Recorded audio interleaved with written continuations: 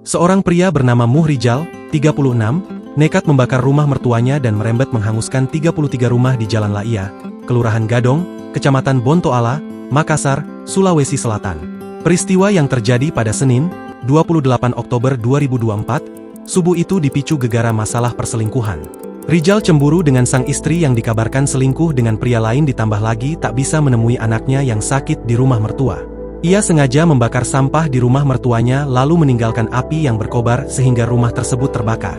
Kobaran api merembet ke rumah lainnya karena berdempetan.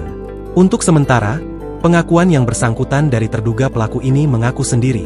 Berawal dari perselingkuhan istrinya dengan seorang laki-laki, terang Direktur Reserse Kriminal Umum Polda Sulsel, Kombes Pol Jamaluddin Farti ditemui di posko Resmob Polda Sulsel.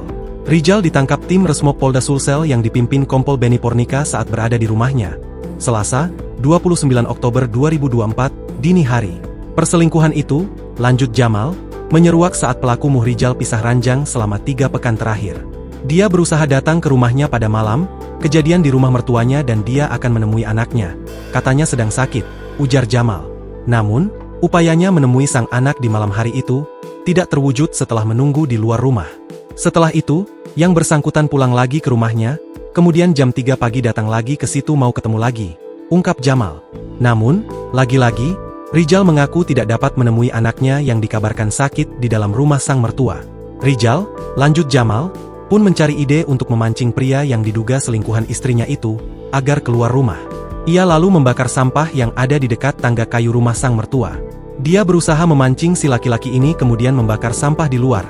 Kebetulan itu ada sampah di dekat tangga kayu, ungkap Jamal. Rijal baru sadar, sampah yang dibakar memicu kebakaran hebat, kata Jamal keesokan harinya. Ketika dia bakar kemudian berasap, dia tinggal pergi di sekitar lokasi yang ada puluhan rumah warga itu, terang Jamal. Kemudian dia tidak tahu lagi setelah dia pulang. Keesokan harinya, siang, dia dapat kabar kebakaran rumah warga.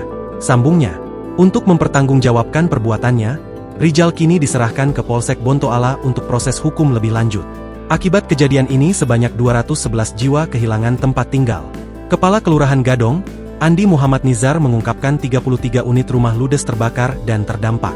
Korban sekitar 57 kepala keluarga, 211 jiwa, kemudian 33 rumah, ujarnya. Download Tribun X sekarang, menghadirkan lokal menjadi Indonesia.